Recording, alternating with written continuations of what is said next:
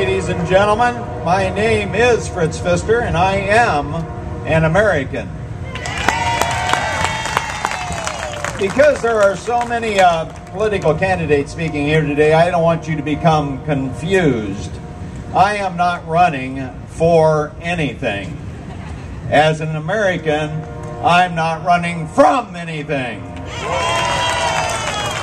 Today we are here because there are those in this nation that have embraced a perverted view of our Constitution and founding principles. Those who say the founding documents of this nation are old, tired, outdated, and that the founders intended for the Constitution to be a living document that can change with the times. I beg to differ. If the Constitution is a document that can be changed at the whim of a politician, a political party, or the revisionist, activist judges they get appointed, we then have no Constitution. Liberals say, restore our Constitution. Nothing's happened to our Constitution. Well, they're right. Nothing has happened to the text of the Constitution other than through lawful revisions we call amendments. However, liberals in power today aren't really saying restore our Constitution. They are really saying ignore our Constitution because any means justify their ends. Although I am not a constitutional scholar, I can share with you what the Constitution means to me. The Constitution was written following the writing of what I call America's birth certificate, the Declaration of Independence. To me, the Declaration of Independence tells us who grants people their rights, our Creator. Then in their wisdom, our founders wrote a contract between the people and the government called the Constitution that spells out clearly what the government cannot do to the people in order to protect the people's rights. A set of negative rights, if you will. Negative for the government, but positive for the people, such as our right to assemble and speak freely here today, both of which, if following current trends, could soon be gone. A question for you folks. Will you ask those who support deviation from our founding principles because they declare they are outdated, how can one progress beyond all men are created equal? Ask them, how do you improve upon the ultimate freedom, individual liberty?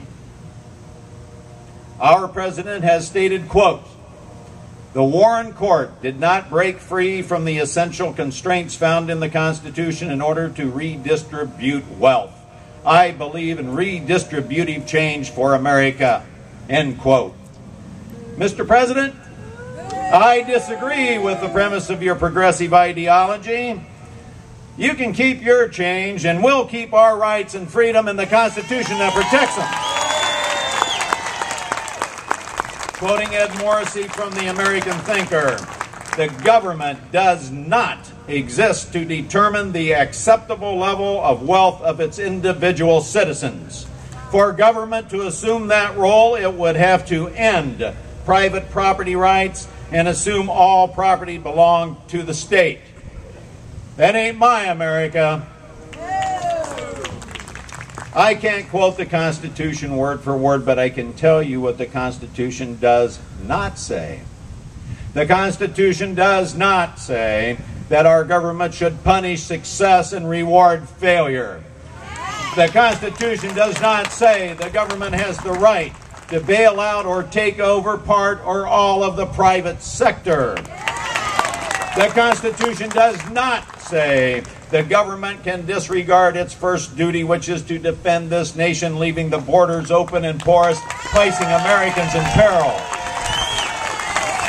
The Constitution does not say those who break the law by crossing that border are entitled to benefits from the people's treasury.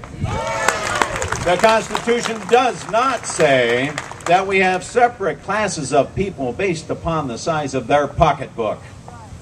The Constitution does not say you have a limited right to bear firearms. The Constitution does not say just because you were born an American, you have a right to another citizen's property. The Constitution does not say which American has the right to free speech and which one does not. The Constitution does not say the government can mandate you purchase insurance or be punished. The Constitution does not say how a builder must build a home, dictate to a farmer how much dust they can kick up while they're harvesting, how much CO2 you can exhale today. Cannot tell you what kind of car to drive, what kind of light bulb you got to use, what type of energy you got to use, or tell you what you can eat.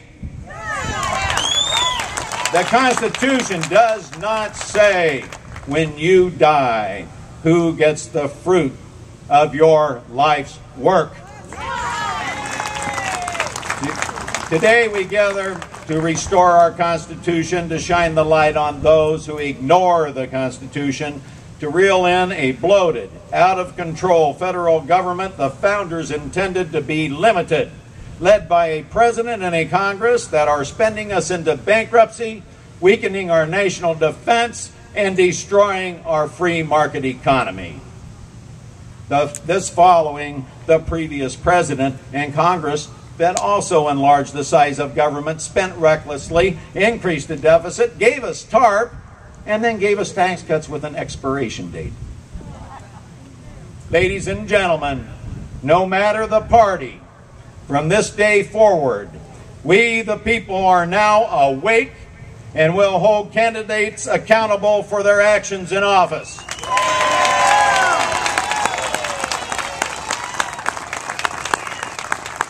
Our Constitution does not say because you were elected president, senator, congressman, or if you are a bureaucrat or a czar, the Russian word for king, or a cabinet member, that you are now the ruling elite and can ignore the Constitution and trample upon individual liberty, deny property rights, dictate how one must run their business, dictate private citizen pay, or make your health care decisions for you.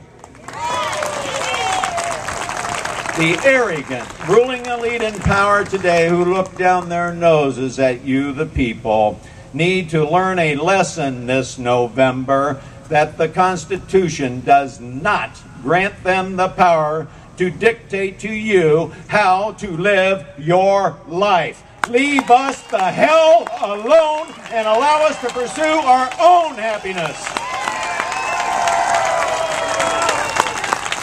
How have we gotten to this point in America today?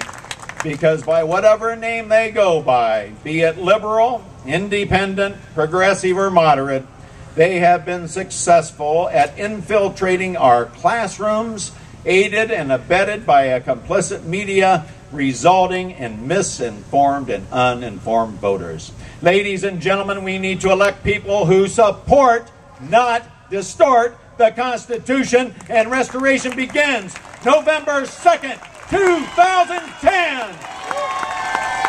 Thank you. God bless you all. God bless America, and God bless our troops serving around the world.